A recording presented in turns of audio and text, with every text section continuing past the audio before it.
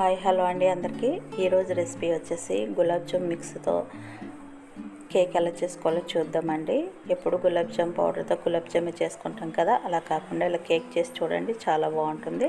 So మరి వీడియోని అయితే స్కిప్ చేయకుండా లాస్ట్ వరకు చూసి లైక్ అయితే ఇవ్వండి ఫ్రెండ్స్. అలాగే మన ఛానల్ని ప్లీజ్ సబ్స్క్రైబ్ చేసుకోండి, లైక్ చేయండి, షేర్ చేయండి. ఈ కేక్ చేసుకోవడానికి గులాబ్ జామ్ మిక్సర్ పౌడర్ ఉంటుంది కదండి, ఈ ప్యాకెట్ అయితే తీసుకోవాలి. ఇప్పుడు ఒక గిన్నె తీసుకొని అందులోకి ఈ గులాబ్ జామ్ పౌడర్ అయితే వేసేసుకుని ఉండలు లేకుండా ఒకసారి ఈ విధంగా స్పూన్తో కలుపుకోవాలి. ఇలా కలుపుకున్న తర్వాత ఇప్పుడు దీంట్లోకి షుగర్ పౌడర్ అయితే యాడ్ చేసుకోవాలి. షుగర్ని మిక్సీ పట్టేసి మనకి స్వీట్కి సరిపడా షుగర్ పౌడర్ అయితే యాడ్ చేసుకోవాలి. చెక్ చేసుకొని వేసుకుంటే సరిపోతుంది. దీన్ని కూడా పిండి మొత్తంలో మంచిగా కలిసేటట్టు ఒకసారి కలుపుకోవాలి. కావాలనుకుంటే పిండిని జల్లెడు కూడా పట్టుకోవచ్చు. ఇలా స్పూన్తో కలుపుకున్నా కూడా ఉండలు లేకుండా మంచిగా ఉంటుందన్నమాట. సో ఈ విధంగా కలుపుకోవాలి. ఇప్పుడు ఈ విధంగా కలుపుకున్న పిండిలోకి మనకి కావలసినంత మిల్క్ అయితే యాడ్ చేసుకోవాలి. మిల్క్ ఎంత పడతాయో చూసి వేసుకుని కలుపుకోవాలి. ఒకటేసారి మిల్క్ అంతా కూడా వేసుకోకూడదు. ఇలా కలుపుకున్న తర్వాత దీంట్లోకి కొద్దిగా కుకింగ్ ఆయిల్ అయితే వేసుకోవాలి. మనం ఏ ఆయిల్ యూజ్ చేసుకుంటే అది వేసుకోవచ్చు. ఆయిల్ ప్లేస్లో బటర్ కూడా యూజ్ చేసుకోవచ్చు. వేసుకున్న తర్వాత ఈ విధంగా బాగా కలుపుకోవాలి. తర్వాత దీంట్లో కొద్దిగా పించ్ ఆఫ్ బేకింగ్ పౌడర్ అయితే వేసుకోవాలి. యాక్చువల్గా గులాబ్ జామ్ పౌడర్ కాబట్టి మనం బేకింగ్ పౌడర్ వేయనవసరం లేదు, వేయకపోయినా కూడా మంచిగానే వస్తుంది. సో కొంచెం వేసుకుంటే ఇంకా బాగా పొంగుతుంది అనమాట.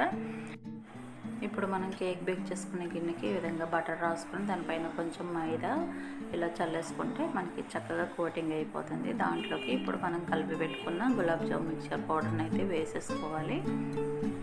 గులాబ్ జామ్తో చక్కగా ఇలా కేక్ చేసుకుంటే చాలా బాగుంటుందండి. ఇప్పుడు గులాబ్ జామే కాకుండా ఇలా కూడా ట్రై చేయండి, చాలా బాగుంటుంది. ఒకసారి ఈ విధంగా ట్యాప్ చేసుకోవాలి. ఇప్పుడు దీంట్లోకి మనం డ్రై ఫ్రూట్స్ అయితే వేసుకోవాలి.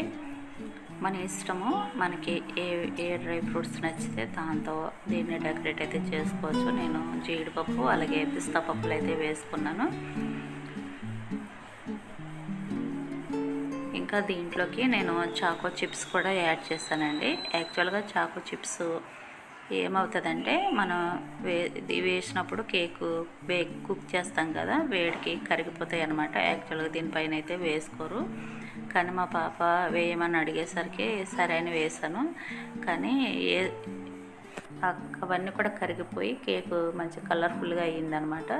సో బాగానే ఉంది. అలా కూడా మీరు కూడా ఎప్పుడైనా చేస్తే అలా వేసి చూడండి, మనకి మంచి కలర్ కేక్ అయితే వస్తుంది. సో ఇలా వేసుకున్న తర్వాత ఇప్పుడు స్టవ్ పైన ముందుగానే ప్రీ హీట్ చేసి పెట్టుకున్న గిన్నెలోకి దీన్ని అయితే పెట్టేసుకొని మూత పెట్టేసి 15 మినిట్స్ పాటు కుక్ అవనివ్వాలి. చూడండి, ఆఫ్టర్ 15 మినిట్స్ తర్వాత మనకి కేక్ అయితే చక్కగా బేక్ అయింది.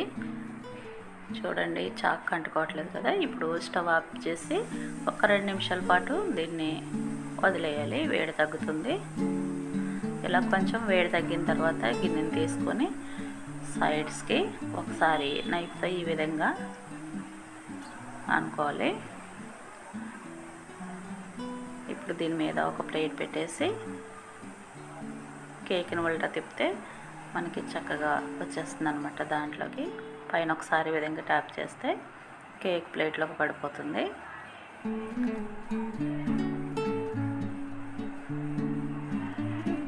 చూసారా, ఇంత ఈజీగా వచ్చేసింది అనమాట, బటర్ పేపర్ లేకపోయినా కూడా. ఇప్పుడు దీన్ని మళ్ళీ మామూలుగా తీసుకుంటే చూడండి, ఆ చాకో చిప్స్ వేయడం వల్ల అది కరిగి అక్కడక్కడ మనకి మంచి కలర్ఫుల్గా అయితే కనిపిస్తుంది కదా. ఇంకా దీన్ని కట్ చేసుకుని పిల్లలకి ఇచ్చేస్తే చక్కగా తినేస్తారు. సో మరి చూసారు కదండి, గులాబ్ జామున్ మిక్చర్తో గులాబ్ జామే కాకుండా ఇలా చక్కగా కేక్ కూడా చేసుకోవచ్చు అనమాట. సో మరి నచ్చితే మీరు కూడా డెఫినెట్గా ట్రై చేయండి, చాలా బాగుంది. దీని టేస్ట్ గులాబ్ జామున్ ఫ్లేవర్తోనే ఉంది.